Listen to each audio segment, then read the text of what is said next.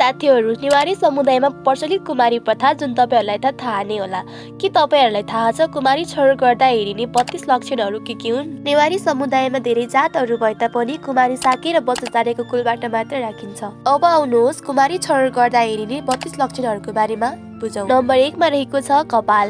बमरा जस्तो गाढा र चम्किलो कपाल हुनुपर्ने। नम्बर 2 मा रहेको छ निधार। अग्लो र सम्म परेको निधार हुनुपर्ने। नम्बर 3 मा रहेको छ आँखा। गाईको जस्तो लामो र सुन्दर परेला भएका आँखा हुनुपर्ने। नम्बर 4 मा रहेको छ दृष्टि। स्पष्ट र तेजस्वी दृष्टि हुनुपर्ने। नम्बर 5 मा रहेको छ कान। ठुला र भुइँतिर लत्रिएका कान हुनुपर्ने। नम्बर 6 मा रहेको छ नाक। तिखो र नमिलेको नभएको सिधा नाक हुनुपर्ने। नम्बर 7 मा रहेको छ गाला। सिंहको जस्तो पुष्ट र भरिएका गाला हुनुपर्ने। नम्बर 8 मा रहेको छ दाँत। सेतो चम्किलो र मिलेको हुनुपर्ने। नम्बर 9 मा रहेको छ जिब्रो। सानो र रातो जिब्रो हुनुपर्ने। नम्बर 10 मा रहेको छ घाँटी। शंख जस्तो घेरा परेको र चिल्लो घाँटी हुनुपर्ने। नम्बर 11 मा रहेको छ छाती। सिंहको जस्तो चौडा र पुष्ट छाती हुनुपर्ने। नम्बर 12 मा रहेको छ काँध। मिलेको र चौडा काँध हुनुपर्ने।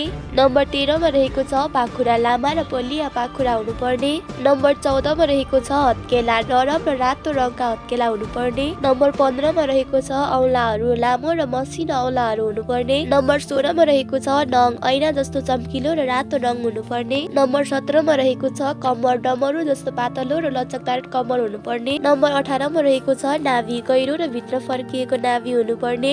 नम्बर 19 मा रहेको छ तिघ्रा। हरिणको जस्तो बलियो र सुगठित तिघ्रा हुनुपर्ने। नम्बर 20 मा रहेको छ पिडुला। पुष्ट र मिलेको पिडुला हुनुपर्ने। नम्बर 21 मा रहेको छ गोडा। समतल र भुइँमा पुरै टेक्ने गोडा हुनुपर्ने। नम्बर 22 मा रहेको छ कुर्कुच्चा। मिलेको र नफुटेको कुर्कुच्चा हुनुपर्ने। नम्बर 23 मा रहेको छ छाला। सुन जस्तो चमक भएको र दाग नभएको छाला हुनुपर्ने। नम्बर 24 मा रहेको छ शरीरको राउँ। शरीरमा धेरै राउँ नभएको हुनुपर्ने। नम्बर 25 मा रहेको छ स्वर। हाँसको जस्तो स्पष्ट र मिठो बोली भएको हुनुपर्ने। नम्बर 26 मा रहेको छ हिँडाइ। हात्तीको जस्तो मन्द र शान्त हिँडाइ हुनुपर्ने। नम्बर 27 मा रहेको छ स्वभाव। रिस नउठ्ने र डराउने स्वभाव नभएको हुनुपर्ने। नम्बर 28 मा रहेको छ उचाइ। उमेर अनुसारको ठिक्क उचाइ हुनुपर्ने। नम्बर 29 मा रहेको छ मुहार। पूर्ण चन्द्रमा जस्तो उज्यालो र गोलो अनुहार हुनुपर्ने। नम्बर 30 मा रहेको छ शरीरको सुगन्ध। कमलको फूल जस्तो प्राकृतिक सुगन्ध हुनुपर्ने।